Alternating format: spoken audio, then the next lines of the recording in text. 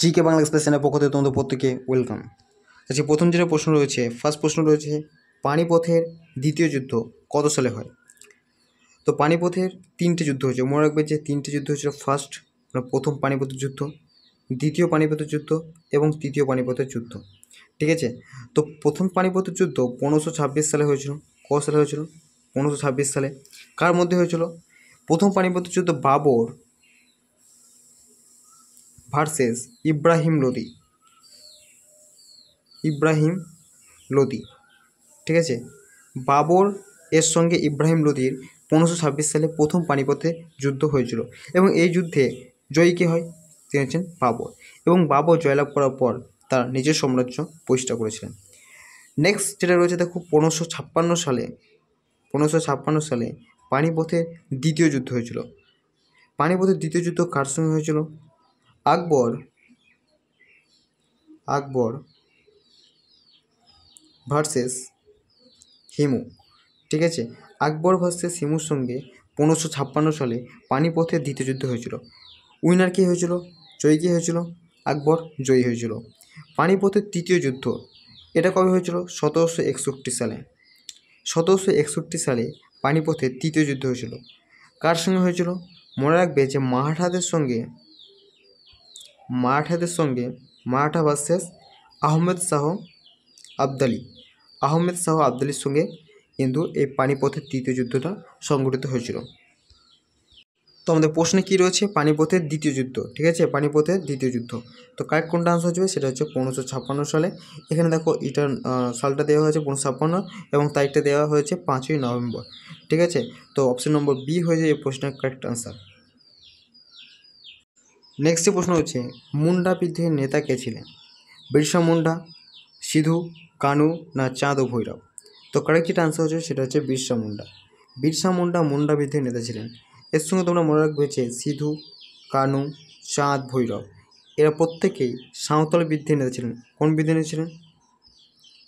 সাঁওতাল বিদ্রোহের নেতা ছিলেন সিধু কানু চাঁদ ভৈরব। এর সঙ্গে মনে রাখবে যে নীল বিদ্রোহ, এটা এসে থেকে যে নীল বিদ্রোহের দুজন বিখ্যাত নেতা, মনে রাখবে যে দিগম্বর বিশ্বাস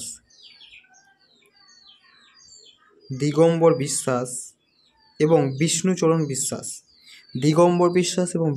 বিশ্বাস এরা ছিলেন নীল বিদ্রোহের নেতা।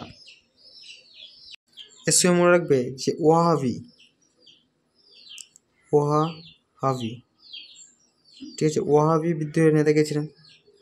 বারাসাত বিদ্রোহের নেতা কে ছিলেন?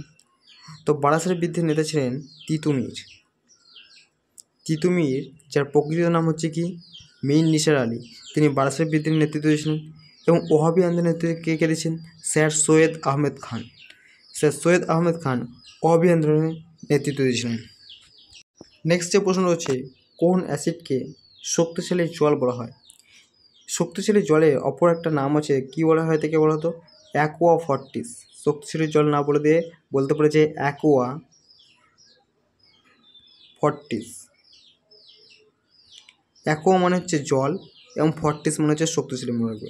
তো এক কথা বলছে শক্তিশালী জল। ঠিক আছে, তো শক্তিশালী জল বলা হয় কোন অ্যাসিডকে? HCl, hydrochloric acid, H2SO4, sulphuric acid, না HNO3, না নাইট্রিক অ্যাসিড, না কোনোটিনে? কারেক্ট যেটা আনসার হবে সেটা হচ্ছে অপশন নম্বর সি, নাইট্রিক অ্যাসিডকে বলা হয় থেকে অ্যাকোয়া ফর্টিস বা শক্তিশালী জল বলা হয় থেকে। এর সঙ্গে তোমরা মনে রাখবে যে H2SO4 অর্থাৎ সালফিউরিক অ্যাসিড, এটা হচ্ছে সবচেয়ে শক্তিশালী অ্যাসিড এবং একে কি বলা হয় থেকে? একে অ্যাসিডের রাজা বা রসায়নের রাজাও কিন্তু বলা হয় থেকে সালফিউরিক অ্যাসিডকে। নেক্সট প্রশ্ন যেটা রয়েছে, বুদ্ধ কোথায় তার বাণী প্রথম প্রচার করেন? ঠিক আছে, প্রথম কোথায় বাণী প্রচার করেছেন? তো গৌতম বুদ্ধ বৌদ্ধ দর্শনের প্রতিষ্ঠা। গৌতম বুদ্ধ কোন দর্শনের প্রতিষ্ঠা? বৌদ্ধ দর্শনের প্রতিষ্ঠা। এবং গৌতম বুদ্ধ কোথায় জন্মগ্রহণ করেছিলেন? এখানে দেখো লুম্বিনী, এই লুম্বিনীতে জন্মগ্রহণ করেছিলেন গৌতম বুদ্ধ। এবং গৌতম বুদ্ধ কোথায় মৃত্যু হয়েছিল? গৌতম বুদ্ধের মৃত্যু হয়েছিল তোমার উত্তরপ্রদেশের কুশীনগরে। ঠিক আছে, কুশীনগরে সেখানে দেহত্যাগ করেন। এই ঘটনাকে কী বলা হয় থেকে? মহাপরিনির্বাণ বলা হয় থেকে, এটা আমরা জানি, মহাপরিনির্বাণ। এবং সারনাথে কী হয়েছিল? গৌতম বুদ্ধ তার প্রথম বাণী প্রচার করেছেন সারনাথে। এখানে অপশন নম্বর ডি হচ্ছে কারেক্ট অ্যান্সার। এবং গৌতম বুদ্ধের যে বাণী প্রচারের ঘটনা সেটা কী নামে পরিচিত? তো মনে রাখবে এটি ধর্মচক্র নামে পরিচিত, ধর্মচক্র প্রবর্তন নামে পরিচিত, ধর্মচক্র প্রবর্তন। নেক্সট প্রশ্ন রয়েছে, কোন শস্য মাটিতে নাইট্রোজেনের পরিমাণ বৃদ্ধি করে? এনপির পরিমাণ বৃদ্ধি করে কোন শস্য? সূর্যমুখী, আলু, মটরশুঁটি না জোয়ার? তো শস্য, কোন শস্য? সেটা হচ্ছে মটরশুঁটি। ঠিক আছে, কলা জাতীয় যে সমস্ত শস্যগুলো হয়ে থাকে সেগুলো কিন্তু মাটিতে নাইট্রোজেনের পরিমাণ বৃদ্ধি করে। আমাদের বায়ুতে শতকরা কত পরিমাণ নাইট্রোজেন রয়েছে? প্রায় 78.08% কী রয়েছে আমাদের বায়ুতে নাইট্রোজেন রয়েছে। বাট বায়ুতে যে নাইট্রোজেন রয়েছে সেই নাইট্রোজেনকে সরাসরি কোনো পানি ব্যবহার করতে পারে না, ইউজ করতে পারে না। ঠিক আছে, এটা মনে রাখবে। এবং মনে রাখবে যে নাইট্রোজেন গ্যাস কিন্তু হচ্ছে গ্রিনহাউস গ্যাস নয়, গ্রিনহাউস গ্যাস নয়, গ্রিনহাউস গ্যাস নয়।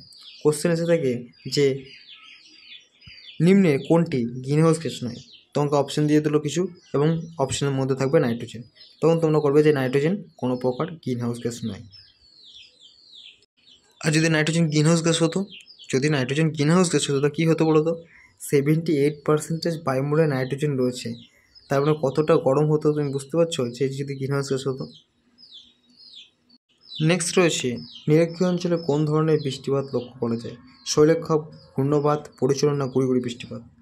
তো নিরক্ষীয় অঞ্চলে মনে রাখবে যে পরিচলন বৃষ্টিপাত দেখতে পাওয়া যায়। অপশন নম্বর সি হয়েছে এই প্রশ্নের কারেক্ট আনসার। এর সঙ্গে তোমরা মনে রাখবে যে শৈলক্ষাপ বৃষ্টিপাত এটা কি?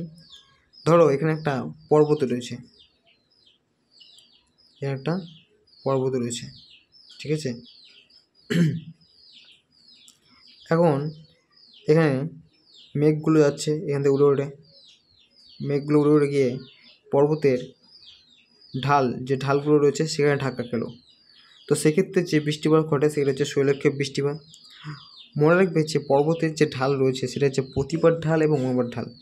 ঠিক আছে, কোন ঢালে সবচেয়ে বেশি বৃষ্টিপাত হয়ে থাকে এবং কোন ঢালে সবচেয়ে কম বৃষ্টিপাত হয়ে থাকে এটা কিন্তু তোমরা কমেন্ট করে জানাবে। ঠিক আছে, নেক্সট যে প্রশ্ন রয়েছে, কোনটি রবি ফসলের উদাহরণ? ধান, গম, পাট না ভুট্টা? তো দেখো রবি ফসল কোনগুলোকে আমরা বলবো? রবি ফসল শীতকালে যে সমস্ত ফসল চাষ করা হয় সেগুলো হচ্ছে রবি শস্য বা রবি ফসল আমরা বলে থাকি। সাচ অ্যাজ গম, গম, সরিষা, বার্লি, এগুলো কিন্তু প্রত্যেকটাই রবি ফসলের বা রবি শস্যের উদাহরণ। মনে রাখবে যে ধান, পাট, ভুট্টা এগুলো হচ্ছে খারিফ ফসলের উদাহরণ, খারিফ ফসলের উদাহরণ। খারিফ ফসল আমরা কোনগুলো বলবো? বর্ষাকালে বৃষ্টির জলের উপর নির্ভর করে যে সমস্ত ফসল চাষ করা হয় তারা হচ্ছে খারিফ ফসল। তো এখানে কোনটা আনসার হয়ে যাবে, কোনটি রবি ফসলের উদাহরণ? সেটা হয়ে যাবে গম। গম হচ্ছে এক প্রকার রবি শস্যের উদাহরণ যেটা শীতকালে চাষ করা হয় থাকে। নেক্সট প্রশ্ন যেটা রয়েছে, রাষ্ট্রপতি হতে গেলে ন্যূনতম বয়স কত হতে হবে? ঠিক আছে, রাষ্ট্রপতি হতে গেলে ন্যূনতম বয়স কত হতে হবে? 21 বছর, 30 বছর, 25 বছর না 35 বছর? তো কারেক্ট যেটা আনসার আসবে সেটা হচ্ছে 35 বছর লাগবে, মিনিমাম 35 বছর লাগবে রাষ্ট্রপতি হতে গেলে। প্রধানমন্ত্রী হতে গেলে 25 বছরে হয়ে যাবে। ঠিক আছে, 25 বছর সর্বনিম্ন। গ্রাম পঞ্চায়েত কোনো কর্মী, গ্রাম পঞ্চায়েত 21 বছর। তো আমরা একটা লিস্ট দেখে নেবো যে ন্যূনতম কত বছর বয়স লাগবে কী কী হতে গেলে। দেখো এই লিস্টটা দেখো, পোস্ট রয়েছে এবং বছরের মধ্যে নির্বাচনের জন্য সর্বনিম্ন বয়স। রাষ্ট্রপতি হতে গেলে সর্বনিম্ন 35 বছর লাগবে।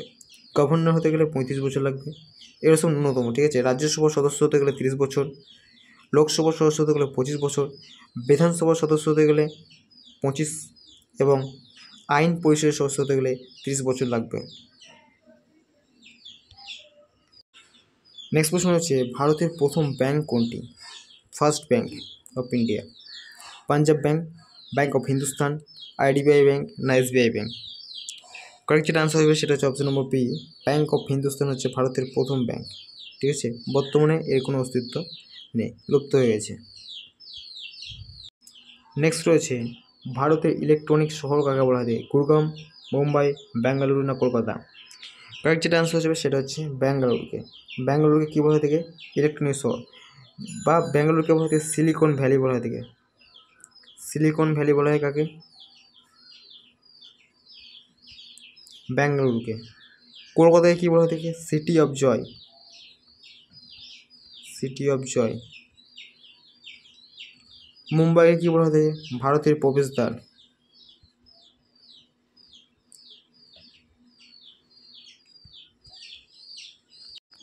নেক্সট প্রশ্ন হচ্ছে পিটের ভারত শাসন আইন কবে পাস হয়? 1773, 1784, 1861 না 1935? কারেক্ট যেটা আনসার যাবে সেটা হচ্ছে 1784, অপশন নম্বর বি হয়ে যাবে কারেক্ট আনসার।